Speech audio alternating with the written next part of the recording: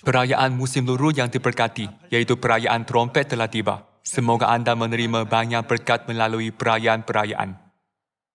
Dengan merayakan perayaan trompet pada hari ini, saya berharap agar semua ahli Sion di seluruh dunia bertaubat sepenuhnya di depan Tuhan. Dengan berbuat demikian, semoga anda menerima keselamatan dan memasuki kerajaan syurga. Mengenai hal ini, marilah kita berkongsi firman Tuhan pada hari ini dengan khotbah yang bertajuk Perayaan Trompet dan Pertaubatan.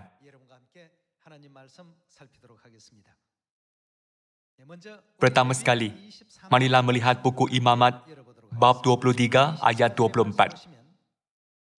Katakanlah kepada orang Israel begini, dalam bulan yang ketujuh, pada tanggal 1 bulan itu, kamu harus mengadakan hari perhentian penuh yang diperingati dengan meniup serunai, yakni hari pertemuan kudus. Hari ini ialah hari pertama bulan yang ketujuh, mengikut kalender suci.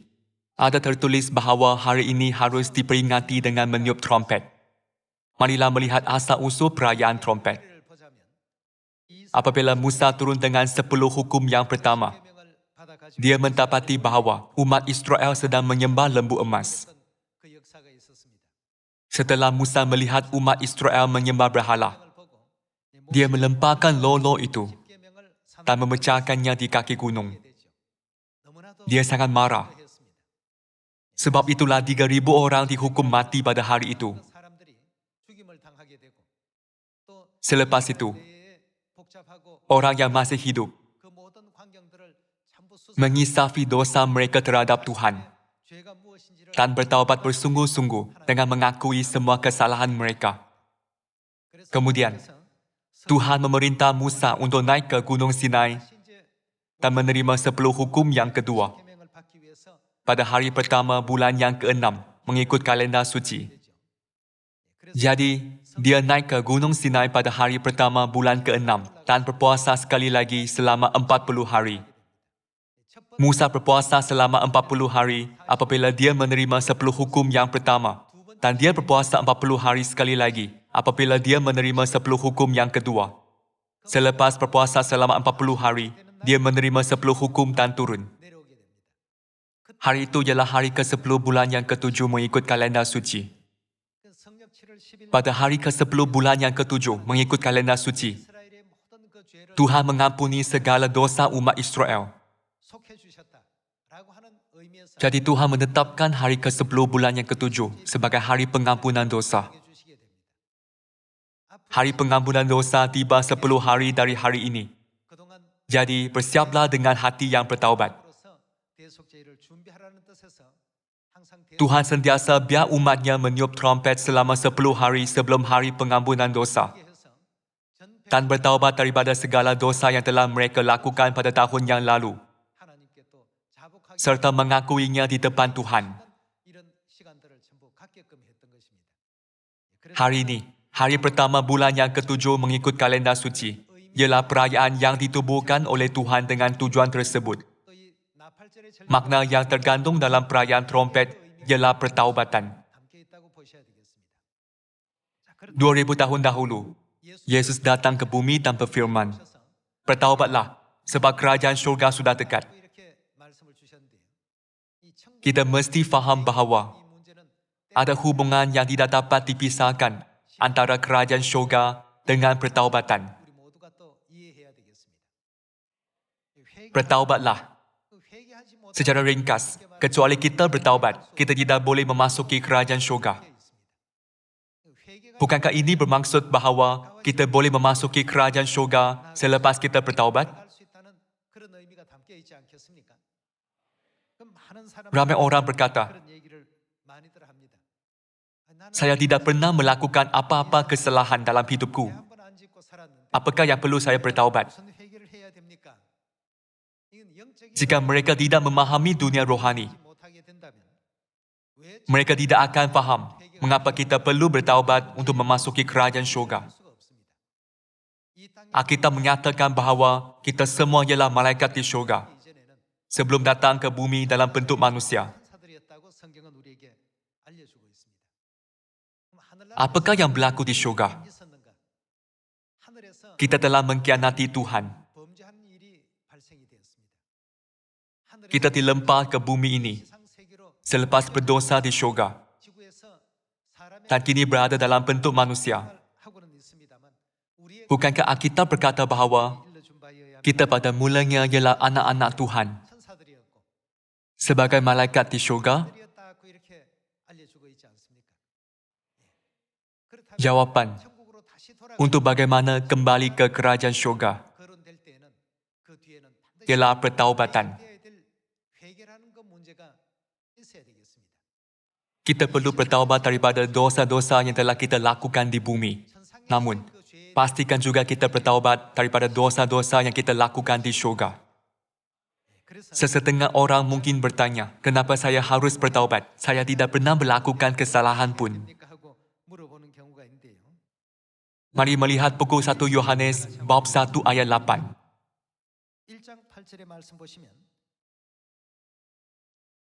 Jika kita berkata bahawa kita tidak berdosa, maka kita menipu diri kita sendiri dan kebenaran tidak ada di dalam kita. Jika kita mengaku dosa kita, maka Ia adalah setia dan adil, sehingga Ia akan mengampuni segala dosa kita dan menyucikan kita dari segala kejahatan.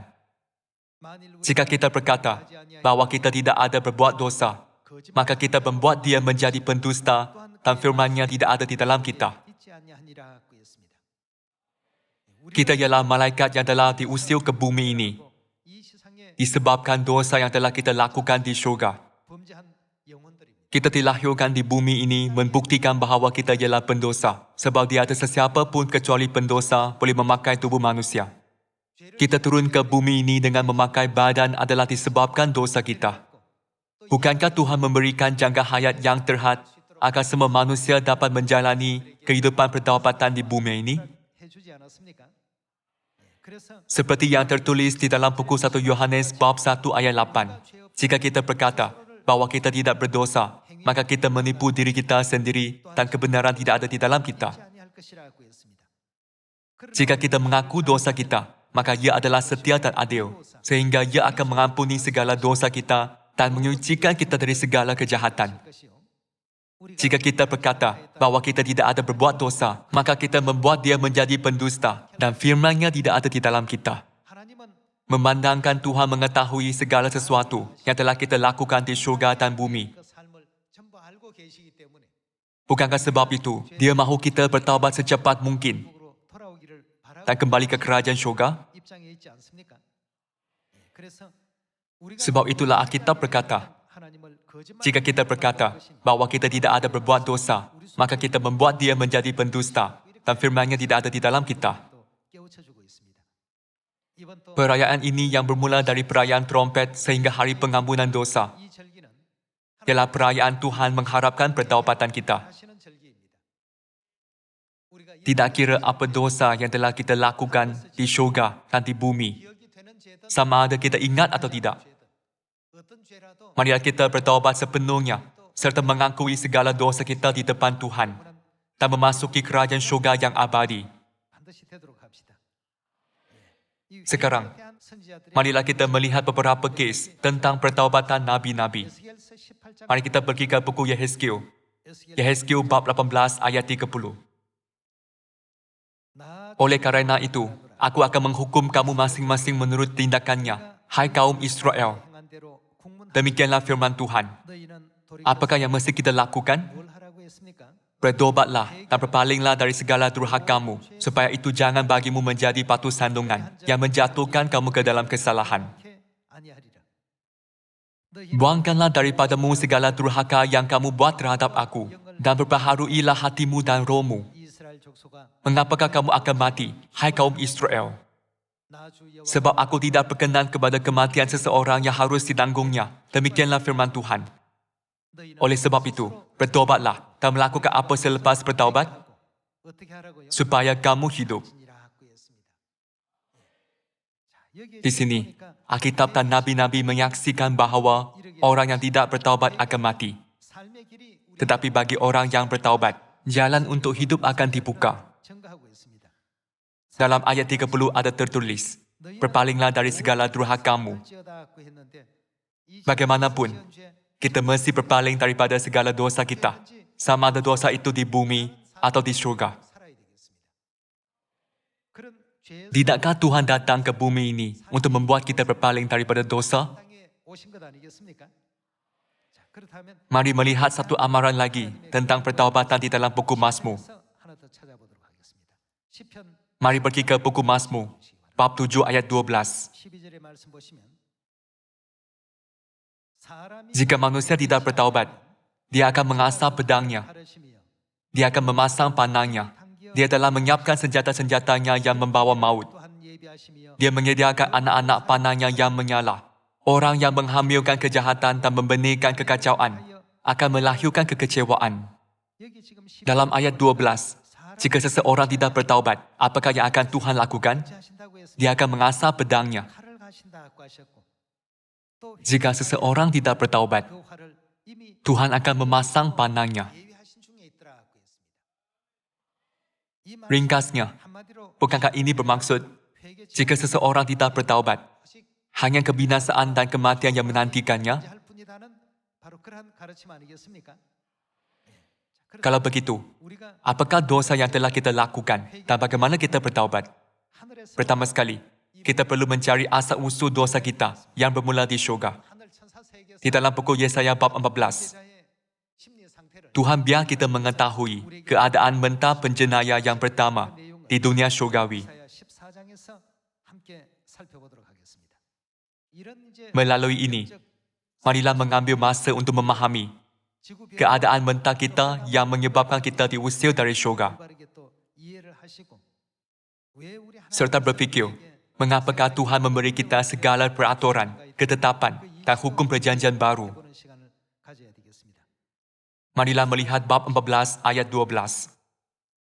Wah, engkau sudah jatuh dari langit, hai bintang timur, putera fajar. Engkau sudah dipecahkan dan jatuh ke bumi, hai yang mengalahkan bangsa-bangsa. Engkau yang tadinya berkata dalam hatimu, aku hendak naik ke langit. Aku hendak mendirikan takhtaku mengatasi bintang-bintang Tuhan. Dan aku hendak duduk di atas bukit pertemuan, jauh di sebelah utara. Aku hendak naik mengatasi ketinggian awan-awan, hendak menyamai yang maha tinggi. Yang maha tinggi ialah Tuhan. Tetapi bintang timur mengkhianati Tuhan dengan berkata, aku akan menjadikan diri sendiri seperti Tuhan. Dalam ayat 15 ada tertulis, sebaliknya ke dalam dunia orang mati engkau diturunkan, ke tempat yang paling dalam di liang kubur. Orang-orang yang melihat engkau akan memperhatikan dan mengamat-amati engkau. Katanya, inikah dia yang telah membuat bumi gemetar, dan yang telah membuat kerajaan-kerajaan bergoncang, yang telah membuat dunia seperti batang gurun, dan menghancurkan kota-kotanya, yang tidak melepaskan orang-orangnya yang terkurung pulang ke rumah. Semua bekas raja bangsa-bangsa berbaring dalam kemuliaan, masing-masing dalam rumah kuburnya.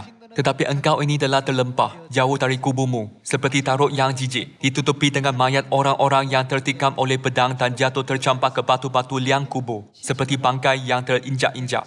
Engkau tidak akan bersama-sama dengan raja-raja itu di dalam kubur, sebab engkau telah merusak negerimu dan membunuh rakyatmu. Anak cucu orang yang berbuat jahat tidak akan disebut-sebut untuk selama-lamanya. Di sini, Tuhan menerangkan kehidupan lampau Raja Babel. Dia hendak mendirikan takhtanya mengatasi Tuhan. Betapa teruknya. Jika anda membaca bab di dalam buku Wahyu, akibatnya apa yang berlaku? Peperangan. Syaitan yang dibagaikan naga akhirnya dilemparkan ke bumi bersama-sama dengan malaikat-malaikatnya. Mereka melakukan dosa yang besar kerana cuba merampas takhta Tuhan. Marilah melihat satu ayat lagi di dalam buku Yehezkiel bab 28. Mari kita melihat buku Yehezkiel bab 28 ayat 11. Yehezkiel bab 28 ayat 11. Kemudian datanglah firman Tuhan kepadaku demikian, wahai anak manusia, lantunkanlah suatu ratapan mengenai Raja Tirus dan katakan kepadanya, beginilah firman Tuhan, engkau gambaran kesempurnaan, penuh kebijaksanaan dan cantik sempurna. Engkau ada di taman Firdaus, taman Tuhan di Eden, segala permata menghiasimu. Akik merah, manikam kuning, dan intan, topas, unam, dan yaspis, nilam, virus, dan zamrud. Tempat tertahanmu dibuat daripada emas. Semua itu telah disiapkan pada hari penciptaanmu. Engkau ialah malaikat kerubin yang dilantik sebagai penjaga. Kerana demikianlah aku menetapkan engkau. Engkau ada di gunung Tuhan yang suci, berjalan di tengah-tengah batu berapi. Engkau sempurna dalam perilakumu sejak hari engkau diciptakan sampai kezaliman didapati padamu. Dengan banyaknya perniagaanmu, engkau dipenuhi kekerasan dan engkau berbuat dosa. Aku telah membuang engkau sebagai sesuatu yang cemar dari gunung Tuhan. Aku melenyapkan engkau, wahai malaikat kerubin yang berjaga, daripada antara batu-batu berapi.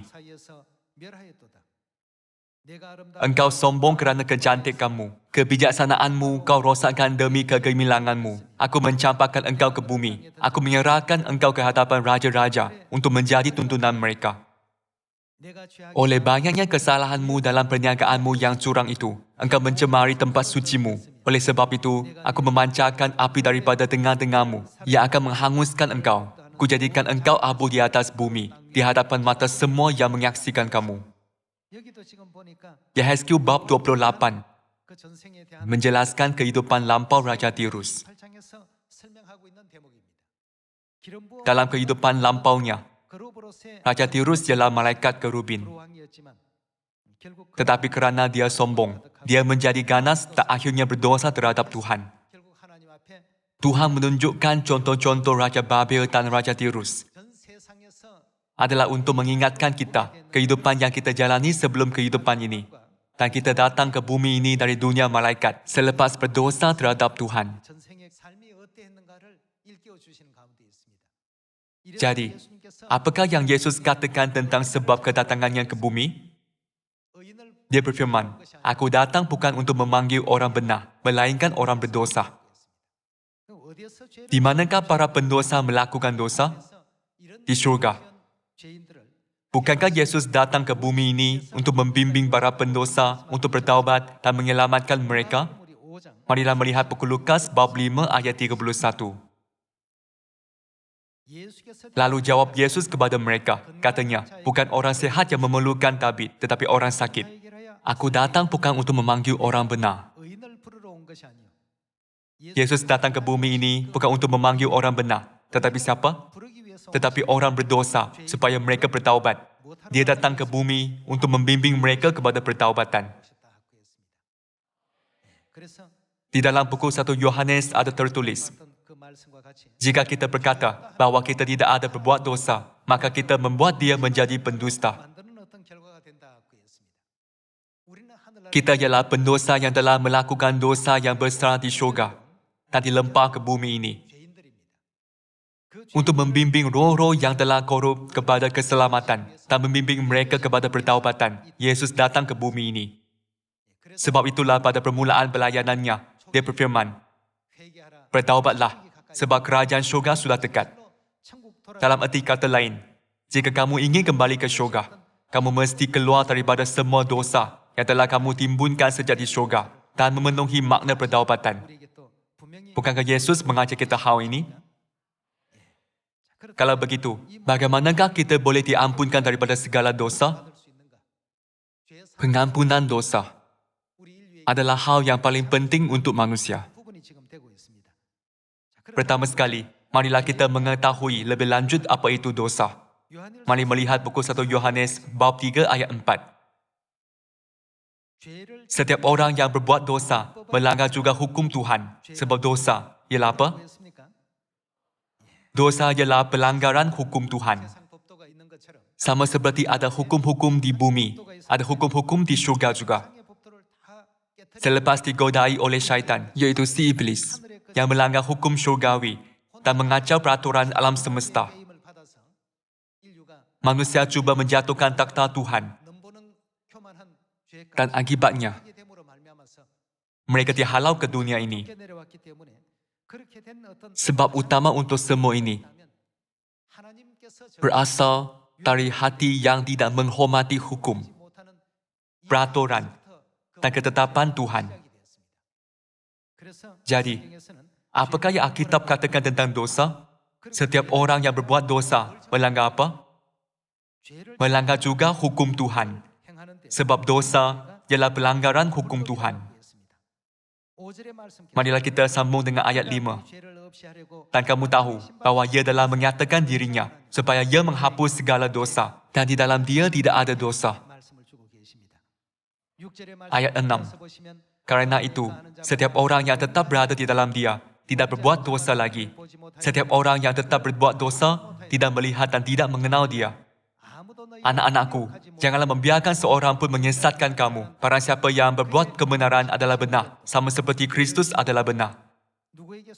Barang siapa yang tetap berbuat dosa, berasal dari siapa? Barang siapa yang tetap berbuat dosa, berasal dari iblis. Sebab iblis berbuat dosa dari mulanya. Untuk inilah anak Tuhan menyatakan dirinya, iaitu supaya ia membinasakan perbuatan-perbuatan iblis itu. Alkitab mengajar kita bahawa orang yang tidak menerima hukum, peraturan dan ketetapan Tuhan, dan orang yang tidak menjalani kehidupan mereka menurut perintah Tuhan, ialah orang yang telah ditipu oleh syaitan dan terpaksa menjalani kehidupan menurut kehendak syaitan.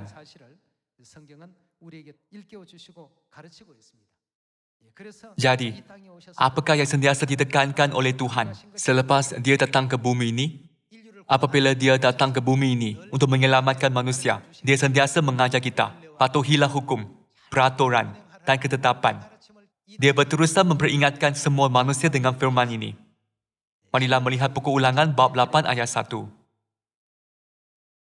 Segenap perintah yang kusampaikan kepadamu pada hari ini, haruslah kamu lakukan dengan setia, supaya kamu hidup dan bertambah banyak, dan kamu memasuki serta menduduki negeri yang dijanjikan Tuhan dengan sumpah kepada nenek moyangmu. Ingatlah kepada seluruh perjalanan yang kau lakukan atas kehendak Tuhan, Tuhanmu, di padang gurun selama 40 tahun ini, dengan maksud merendahkan hatimu dan mencobai engkau untuk mengetahui apa yang ada dalam hatimu, yakni, apakah engkau berpegang pada perintahnya atau tidak. Tuhan biar umat Israel berjalan di padang gurun selama 40 tahun untuk melihat sama ada mereka akan mematuhi perintahnya atau tidak.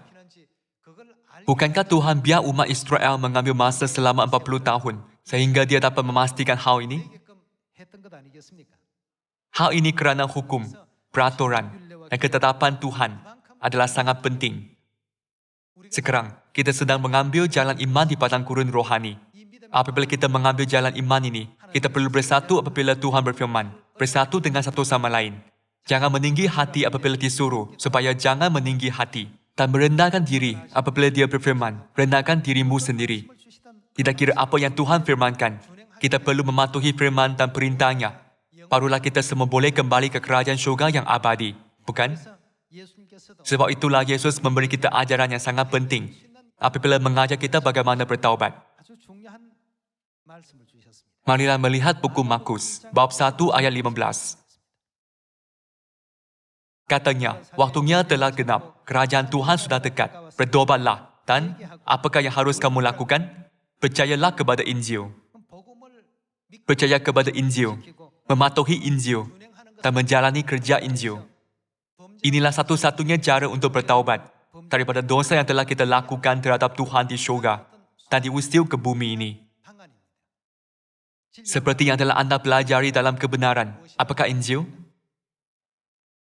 Kebenaran perjanjian baru mengandungi pelbagai jenis hukum, peraturan, dan ketetapan Tuhan bahawa orang ingin bertaubat harus patuhi, bukan?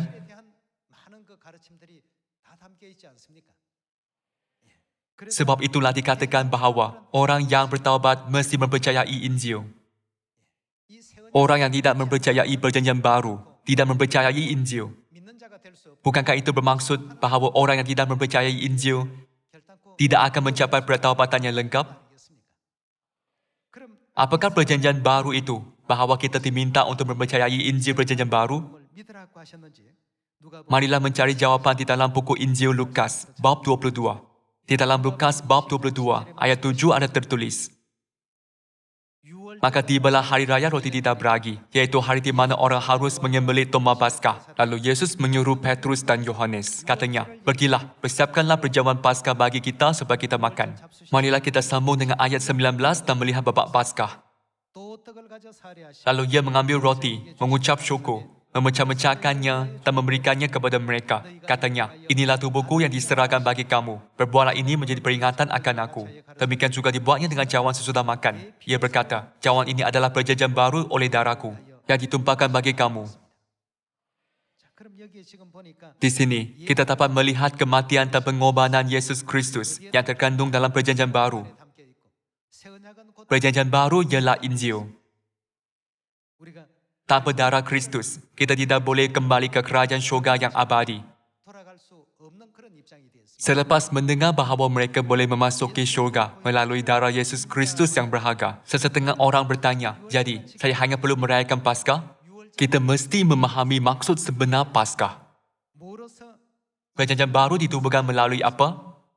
Bukankah Yesus berfirman, ini ialah perjanjian baru oleh darahku? Dalam perjanjian baru ada pengorbanan Tuhan, iaitu ibu bapa rohani kita. Siapa telah dikorbankan dan dibunuh kerana dosa aku? Kita, anak-anak Tuhan, mesti menyedari hal tersebut dan jangan melupakannya, agar perkara seperti itu tidak akan berlaku. Kita harus hidup dengan menjauhkan diri daripada dosa, bukan?